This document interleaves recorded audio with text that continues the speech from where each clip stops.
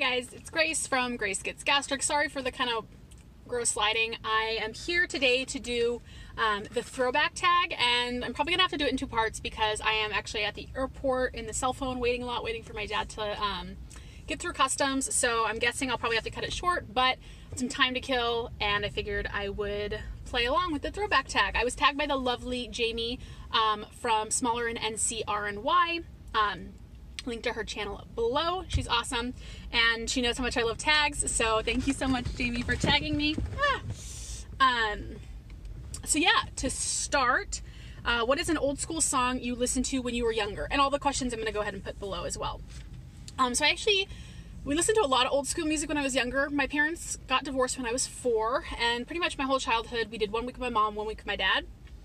And so my dad had this really old car that only had a cassette player, and I remember he had the Ace of Base cassette, so we listened to a lot of Ace of Base, love them. And then with my mom, we used to do like little kind of like dance parties pretty much every night when we were with her. So she would blast all kinds of different music from the 50s, 60s, 70s, 80s. She had those like Billboard CDs, you know, where they had like the best of, and my mom loves music, and my sister and I would do like interpretive dancing with scarves. It was really cute. So we liked a lot of Cher. Cher tended to be some of my favorites. So like If I Could Turn Back Time, love it. Gypsies, Tramps, and Thieves, that was one of my favorites. And then ABBA, like all the ABBA songs, we listened to a lot of that.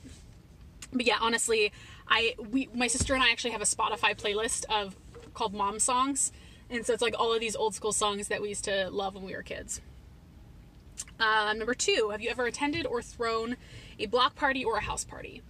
No, not as a kid or like as a young kid or a medium kid. Basically, so I attended house parties when I was in college.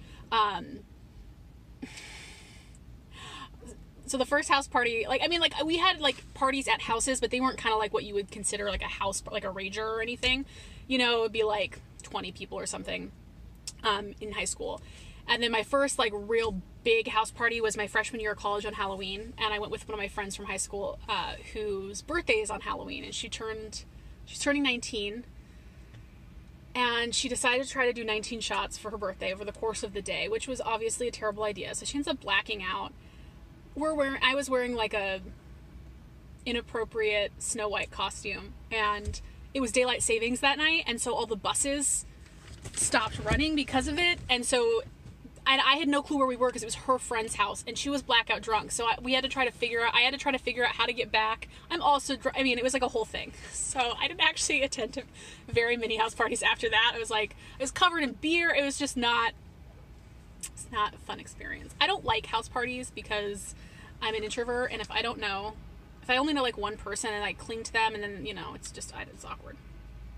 So that was a very long whatever. Number 3 is, have you ever owned a cassette player, a Walkman, or a record player? Yes, I've owned all 3. I remember when we were young, my dad got me, my sister, and my brother each a record. I don't remember what theirs was, but mine was of the Partridge Family. And I remember we had like a record player, and I would play I Think I Love You. I Think I Love You. Over and over again. And then I also had a Walkman I had a bunch of different ones. I had this really pretty like clear purple one. I just very vividly remember we had the Britney Spears, the Christina Aguilera, the Backstreet Boys, and the NSYNC CDs. And me and my sister would fight over them all the time. Number 4, what is your favorite corner store snack or candy? I'm not really sure. I don't feel like we really did a lot of corner store foods. There's a car trying to park like right on top of me, and there are free spots everywhere. Jesus, sorry. I really like ice cream things, like the drumsticks, because we used to have like an ice cream truck that would come through our neighborhood. So I would always get like the drumsticks or those like push-up pops, okay, sorry for that hand gesture. The push pops, that were like a fruity but kind of like a sorbet, and not a sherbet, like the kind of creamy. Anyways, I liked those a lot. And then as far as like candies, I really liked Good and Plenty's. I am a black licorice fan. And I would get those a lot because no one else would eat them, because no one else liked them, and I was a fat kid, so I didn't want to have to share. What was your high school mascot? We were the Golden Eagles. Name a show you could not go without watching. There are so many. I'm trying to think of ones like as a kid in the 90s. It's like I was born in 90, so like it was my first 10 years. There were a ton of shows I watched as a teenager. But as far as ones we watched a lot as kids, younger kids, Lizzie McGuire was a must. We were really into Seventh Heaven, me and my sister. Growing Pains, which actually was like a little bit before our time, but they would play reruns, I think on ABC Family is what we would watch.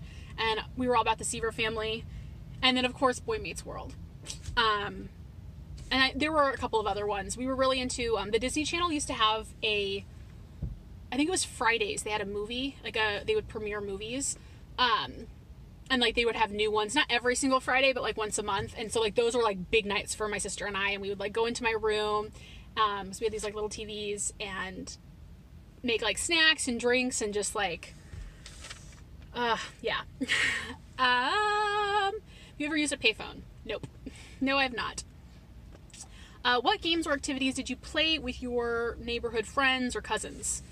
Capture the Flag was a big one. We used to play actually German Spotlight a lot, which I don't know if that's the same name everywhere. We had like a huge, like a several acre backyard. And so like every time we had friends over, it's like a game you play at night and there's like a person in the middle with like a really powerful flashlight.